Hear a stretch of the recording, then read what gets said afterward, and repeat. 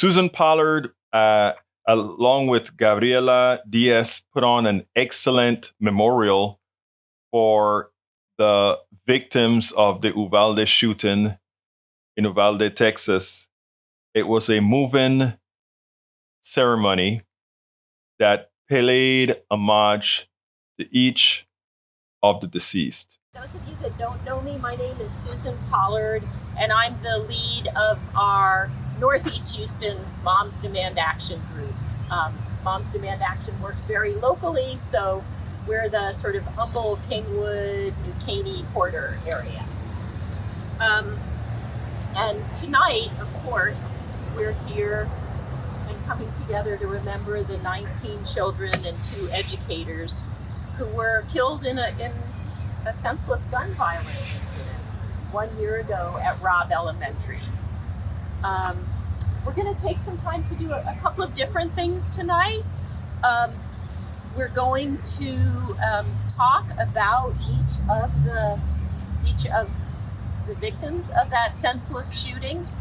And in fact, I have information on each of them. And so when we get to that point, if people would like to read about one of these folks, would be able to do that. No pressure, you don't have to, but you're welcome to. We'll honor them and remember them. I'd like to introduce a longtime member of our group, Holly Krause. Just some words to start our evening. There's a Broadway show called Rent, and in it the cast sings the words 525,600 minutes. How do you measure a life in the year? Tonight we stand with the Uvalde families who instead have to ask, how has it been a year? Do we measure it in the number of therapy sessions and nightmares that survivors have gone through? Do we measure it in the number of hugs missed, the number of texts and calls never made, the number of good nights and middle school schedules that should be filled out for the fall? Do we measure it in the number of art pieces not created, goals not scored, or jokes not told? Do we measure it in the Mother's Day cards and Father's Day cards not purchased this year? Do we measure it in movies not seen, graduations, birthday parties, and holidays with empty chairs? Do we measure it in the number of pictures added to the ofrendas? Tonight, we gather to support the Uvalde families and all those touched by the massacre at Robb Elementary 1 year ago today. We offer our thoughts and prayers, but we do not stop there. We honor with action. So many families from Uvalde have joined with families from Santa Fe, whose 5-year remembrance was last week, to fight tirelessly to keep anyone else from knowing the pain that they experience each and every day. We will continue to stand with them, but tonight we pause to remember each life taken and hold their loved ones in our hearts. Lives that will be forever marked by the before and after of this tragedy. Tonight we will read their names along with words shared by their loved ones. At this point in the ceremony, the names of every single person that was murdered at that elementary school, a little bit about their story was read. I didn't tape that because these were individuals within the group that were reading these pieces, and for privacy reasons, I decided not to tape that. But here's the end of the program now. Our family and our community remember all of the children and teachers whose lives were needlessly taken at Robb Elementary, and the families who will forever have an empty seat at the dinner table. And certainly our daughter's injuries and continued recovery, along with the trauma of all the children who survived, will forever be a reminder of the tragedy. We can and should honor the 21 lives taken with action, answers, and accountability.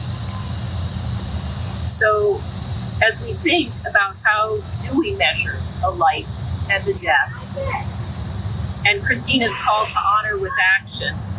I'd like to read a poem by Amanda Gorman that speaks to this. I know we may not feel hopeful or as hopeful now, but I think the work we do is important, and this poem, as many of her poems do, speak to hope, and I think that's important to hear while we're in the midst of this. I thought I'd awaken to a world in mourning, heavy clouds crowding, a society storming. But there's something different on this golden morning, something magical in the sunlight, wide and warming. While we might feel small, separate, and alone, our people have never been more closely tethered. The question isn't if we will weather this unknown, but how we will weather this unknown together. So on this meaningful morn, we mourn and we mend. Like the light, we can't be broken, even when we bend. We ignite, not in the light, but in the lack thereof. For it is in loss that we truly learn to love. In this chaos, we will discover clarity, and in suffering, we must find solidarity. For it's our grief that gives us our gratitude, shows us how to find hope if we ever lose it. So ensure that this ache wasn't endured in vain. Do not ignore the pain. Give it purpose. Use it. We'll observe how the burdens braved by humankind are also the moments that make us humans kind.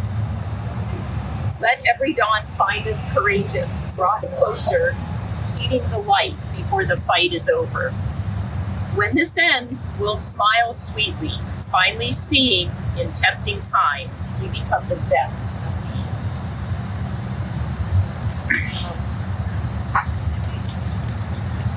I think it is important to try and hold on to hope when we're in the midst of all that we're in the midst of right here.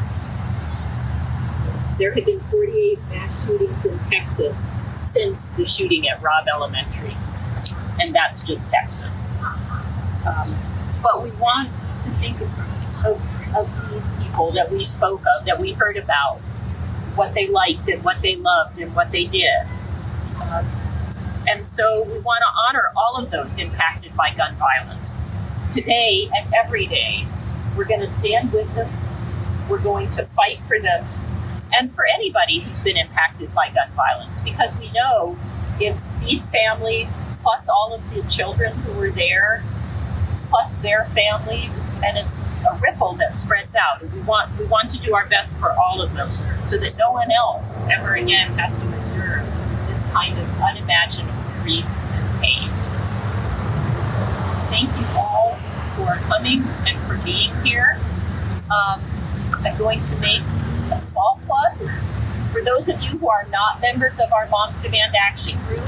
If that's something you're interested in, the quickest and easiest way is to text JOIN, JOIN, to 64433. That will get you into the mom system. We spend a lot of time deconstructing the news, trying to parse it into a form that everybody can understand. We try to find those little nitpicks where it flies above the fray, etc. If you really like these videos that we do, I want to ask a big favor. Please go ahead. Number one, subscribe to our channel. And number two, please join if you can. Thank you so kindly for watching. Keep watching. Please remember to share. We must populate the entire internet with our progressive message, a message that we know is what most Americans say that they want. So help us, please join.